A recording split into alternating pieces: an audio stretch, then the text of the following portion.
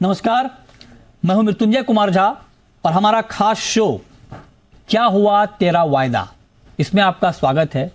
और ये शो, ये नाम इसलिए क्योंकि 7 एग्री कमोडिटी के वायदा कारोबार पर रोक 1 साल के लिए बढ़ा दी गई है। मतलब ये कि अब 31 मार्च 2026 तक नॉन बासमती राइस, गेहूं, चना, मस्टर्ड कॉम्प्लेक्स, सोया कॉम्प्लेक्स, क्रूड पाम तेल और मूंग के वायदा कारोबार पर रोक लगी रहेगी। आपको याद होगा कि 2021 में पहली बार इन कमोडिटीज पर रोक लगाई गई थी। उसके बाद 5 बार इसे एक्सटेंड किया गया और फाइनली अब ये खबर आ गई कि इसे 1 साल के लिए और एक्सटेंड कर दिया गया है। इसका मतलब क्या है, क्यों इसे एक्सटेंड कर वायदा पर रोक की समय सीमा बढ़ानी पड़ी, इसके पीछे की दलील क्या है और क्या जो दलील है क्या वो दलील ठीक है, इस पर हम बात करेंगे। और इस पर बात करने के लिए हमारे साथ 2 खास मेहमान जुड़ रहे हैं। हमारे साथ हैं संजीव अस्थाना साहब, प्रेसिडेंट हैं solvent extractors association of India के। हमारे साथ प्रवीणा राजीव हैं, डायरेक्टर हैं बिमटेक की।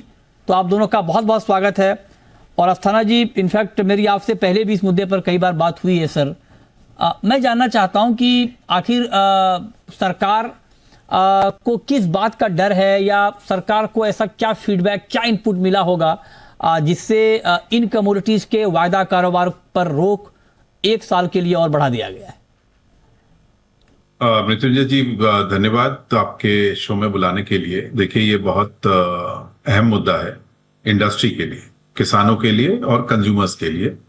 सरकार का एक जो हम लोग को समझ में आता है कि वो फूड इन्फ्लेशन के लिए है या स्पेकुलेशन कमोडिटीज में ना हो, उसके कारणवश किया होगा।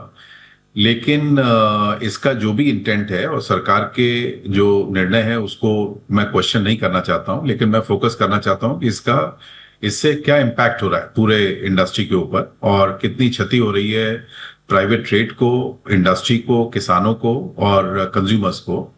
और उसका एक प्रकार से जो औचित्य है इसको बढ़ाने का, क्योंकि सरकार के पास इतने सारे जो नीति हैं, जो टूल्स हैं, जो इनके पास अवेलेबल ऑप्शंस है पॉलिसी के, वो बहुत सारे, उसको यूज करके भी ये बाकी चीजों के ऊपर कंट्रोल हो सकता है। तो हम लोग को लगता है कि सरकार को इस पे पुनः विचार करना चाहिए, इसको अच्छे से सोचना समझना चाहिए कि इसका इम्प्लीकेशन क्या हो रहा है और इसको गंभीरता से इस चीज को देखना चाहिए। एक साइड में तो फूड इन्फ्लेशन शायद कंट्रोल में आके ठीक हो रहा है, और लेकिन वो फैक्टर स्पेकुलेशन के कारणवश नहीं है अकेले, वो सप्लाई डिमांड के कारणवश है। और उसका प्रोडक्टिविटी को बढ़ाना, डिमांड साइड को मैनेज करना अच्छे से, आपके पास जो पॉलिसी ऑप्शंस इंपोर्ट्स के हैं उसको किस प्रकार से उसको इम्प्लीमेंट करना, वो चीजें ज्यादा आवश्यक हैं बजाय एक बैन करके। तो हम लोग एक पूरा जो मुद्दा जो सबके सामने है कि कितना जो बढ़ेगा और इससे जो लॉन्ग टर्म क्षति हो रही है एक प्रकार से, मतलब एग्रीकल्चर सेक्टर को, उसके ऊपर भी हम लोग को गंभीरता से विचार करना चाहिए। आप कह रहे हैं कि इसका जो लॉन्ग टर्म एक नेगेटिव इम्पैक्ट है पूरे एग्री सेक्टर पर, उस पर भी विचार करना चाहिए। आपने बहुत महत्वपूर्ण बात कही।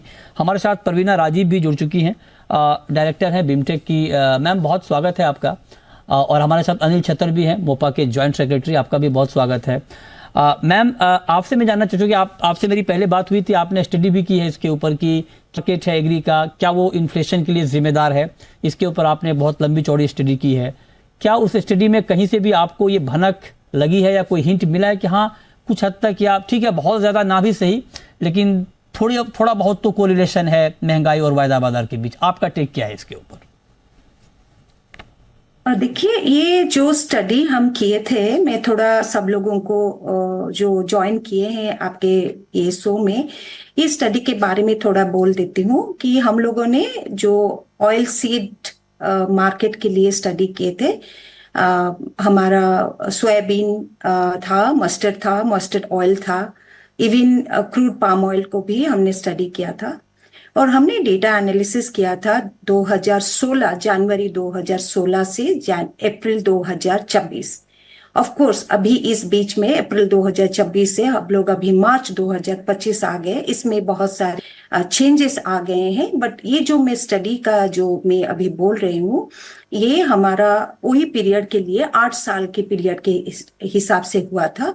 और हमने जो सबसे ज्यादा हमारा जो सबसे महत्वपूर्ण जो हमने एनालिसिस करके जो हमको मिला था कि बिफोर द बैन जो प्राइस था और आफ्टर द बैन जो प्राइस हुआ था, वो स्पॉट मार्केट में जो लोग रिटेल में एंड होलसेल में लोग खरीद रहे थे, होलसेल प्राइस भी बढ़ गया था एंड रिटेल प्राइस भी बढ़ गया था। एंड सबसे इंटरेस्टिंग बात था कि जो रिटेल में जो प्राइस बढ़ा था वो सबसे ज्यादा बढ़ा था होलसेल से भी।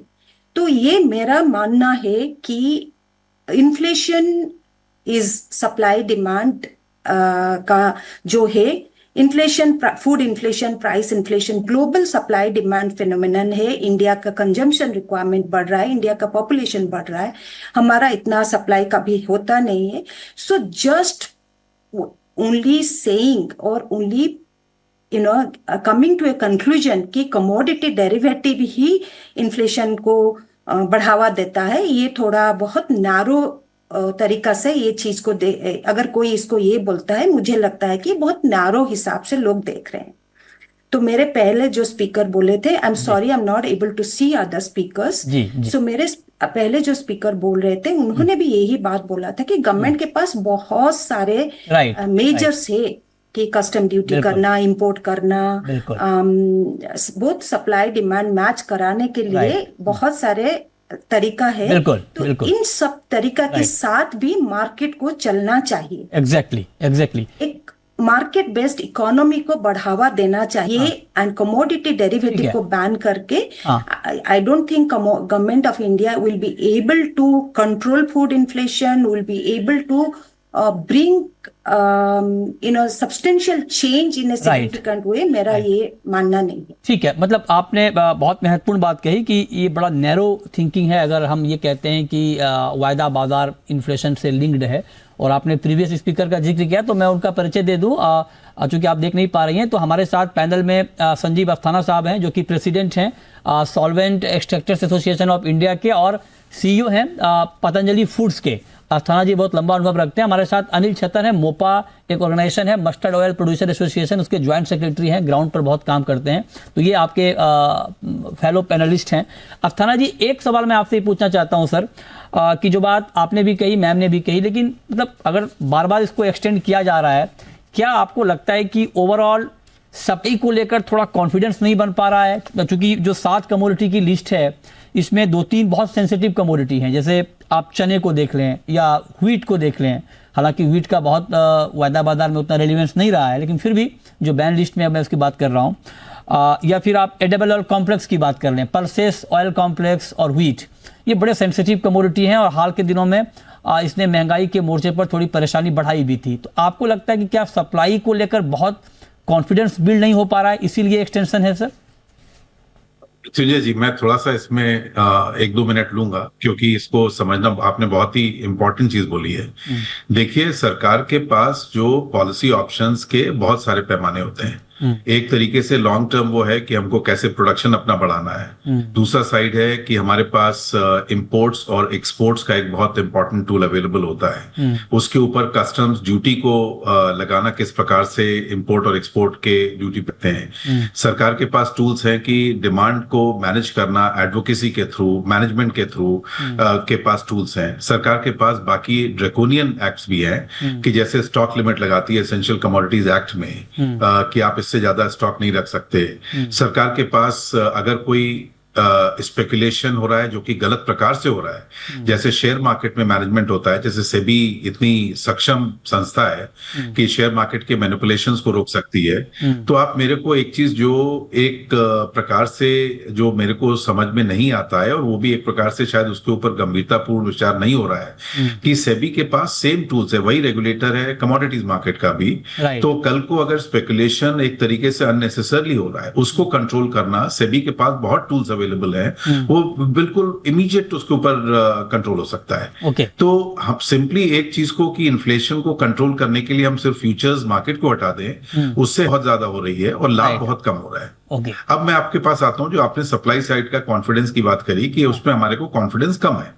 मैं कह रहा हूँ कि मैं supply पूछा side था, अगर मैं ये नहीं confidence कह रहा है- हूँ कम है, मैं तो सिर्फ आपसे पूछ रहा हूँ क्या कम है, क्या इस डिसीजन के पीछे। आपने नहीं, अब तो आपका, लेकिन उस बात का मैं जवाब देना चाहता हूँ कि सप्लाई साइड अगर कम है, उसके पास बहुत ऑप्शंस अवेलेबल हैं। हमारे पास इंपोर्ट्स का ऑप्शन अवेलेबल है, हमारे पास एसएनडी को ज्यादा फाइन ट्यून करने का एक हमारे पास एक प्रकार से ऑप्शन अवेलेबल है। हमको किस तरीके से उसको डिमांड का मैनेजमेंट करना है, फूड डिस्ट्रीब्यूशन का मैकेनिज्म करना है। तो जो फूड इन्फ्लेशन की बात है, जो कमोडिटीज मार्केट का जो फ्यूचर्स मार्केट है, वो एक प्रकार से प्राइस डिस्कवरी और रिस्क मैनेजमेंट का कोर टूल है। राइट। अगर वही हम लोग हटा देंगे तो मेरा अनुमान यह है कि स्पेकुलेशन ज्यादा होता है। ओके। जो निजी व्यापार है या एक प्रकार से जो कंपनियां हैं या कंज्यूमर एसोसिएशन है, जो भी है, वो 10 और तरीके के निपटाती हैं, उससे Right. स्पेकुलेशन बढ़ता है, उससे नुकसान होता है। बिल्कुल। और ये वाले प्रकार को इस पे बहुत रिप्रेजेंटेशंस हो चुके हैं, बहुत सारे हम लोग के मीटिंग्स हो चुके हैं, और बहुत एक प्रकार से चर्चा भी रही है। आपने इसको बहुत बराबर उसको टेकअप किया है। हाँ। तो मैं दोबारा आपसे अनुरोध करूंगा कि इसके ऊपर एक लंबा शो करके एक प्रकार से इसको दोबारा टेकअप करना चाहिए कि Right. क्यों ये वाला स्टेप जो है, इसको बार-बार- ना हम लोग इस डायरेक्शन में जाके, बल्कि Right. दूसरे जो पॉलिसी ऑप्शन है उस तरफ अगर उसके जाएंगे, तरफ फोकस तो करना मेरे को चाहिए। पूरा कॉन्फिडेंस है कि अच्छा होगा, और एक प्रकार से सप्लाई डिमांड और स्पेकुलेशन और जो इन्फ्लेशन की बात हो रही है, वो डेफिनेटली कम होगा, और हम लोग Right, sir. Stable private sector led economy की तरफ जाएंगे, बिल्कुल। ना कि एक कंट्रोल लेड इकोनॉमी की तरफ, जो कि पूरा एक प्रकार से सरकार का वो लक्ष्य भी है। बिल्कुल, ये बहुत बहुत अच्छा इनपुट है सर। हमारे साथ अनिल छतर साहब भी हैं। अनिल जी, आप तो मस्टर्ड मार्केट को बहुत करीब से देखते हैं। अभी आपने प्रोडक्शन का एस्टिमेट भी दिया है, आपका एक सेमिनार हुआ जिसमें 111 लाख टन के आसपास का प्रोडक्शन है। मस्टर्ड भी आपकी इस लिस्ट में शामिल है, जिसके बैन को एक्सटेंड, क्या इम्पैक्ट होगा मस्टर्ड के मार्केट पर इस बैन के एक्सटेंशन से? सर, कोई तो मौका के माध्यम से हमने बहुत, आपने भी बहुत साथ दिया हमारा कि भाई वायदा खुले। सर, वायदे से कोई तेजी मद्दी नहीं आती है, ये कहाँ से सोच बैठी हुई है। आपको इसमें, जैसे आपने एक दिन बोला था कि इंपोर्ट से आजादी, वैसे आपको बोलना पड़ेगा कि वायदे से फायदा, वायदे से क्या क्या फायदा होगा, किसान को क्या फायदा होगा। किसान को आने वाले टाइम के 6 महीने के भाव नजर आएंगे सर। उसको जरूरी नहीं है कि वो एमएसपी पे बेचे या एमएसपी से नीचे बेचे या एमएसपी से ऊपर बेचे। उद्योग जो माल लेगा उसको हेजिंग प्लेटफॉर्म मिलेगा, मार्केट में एमएनसीज आएगी, ट्रेडर्स आएंगे, तो इसके फायदे बहुत है। लेकिन सरकार ने इसको क्यों बढ़ाया ये समझ के बाहर है। पर मुझे लगता है कि हम वापस इसके लिए प्रयास करेंगे, जैसा भी साहब ने, अस्थाना साहब ने बोला कि दोबारा इस पे बड़ा शो करके हम भी गवर्नमेंट को वापस एक बार देंगे, कि लिखे देंगे कि इस पे पुनः विचार करें। और मेरे हिसाब से वायदा बाजार खुलना जरूरी है। सरसों की क्रॉप बढ़ाना है, किसान को भाव दिलाना है, तो वायदा बाजार बहुत जरूरी है। उसके बिना सरसों एमएसपी से 10% नीचे, 15% नीचे बिकती रहेगी। हम 132 लाख टन से इस साल 128 लाख टन पे आए हैं, आने वाले साल में 122 लाख टन पे आ जाएंगे। ऐसा मेरा मानना है। वायदा खोलना बहुत जरूरी है। आज की तारीख में पूरे विश्व में वायदा खुला हुआ है, वर्ल्ड लेवल पर। ठीक है। वो लोग जैसे चाहते हैं वैसे हमको करते हैं। राइट, तो हमें हमारे यहाँ पे प्राइस डिस्कवरी का कोई आउटलुक नहीं है। राइट। वायदा करना बहुत जरूरी है, आपका सहयोग रहेगा। वायदा से फायदा, इस पे आपको एक शो करना चाहिए। एक दिन आपने किया था खाने के तेल में इंपोर्ट से आजादी, ऐसे आपको फायदे से फायदे पे करना चाहिए। आपका सहयोग रहा। हाँ, हम तो देखिए इंडस्ट्री और जो भी एक्सपर्ट हैं उनकी राय हम लेते हैं कि एक्चुअल क्या होना चाहिए, और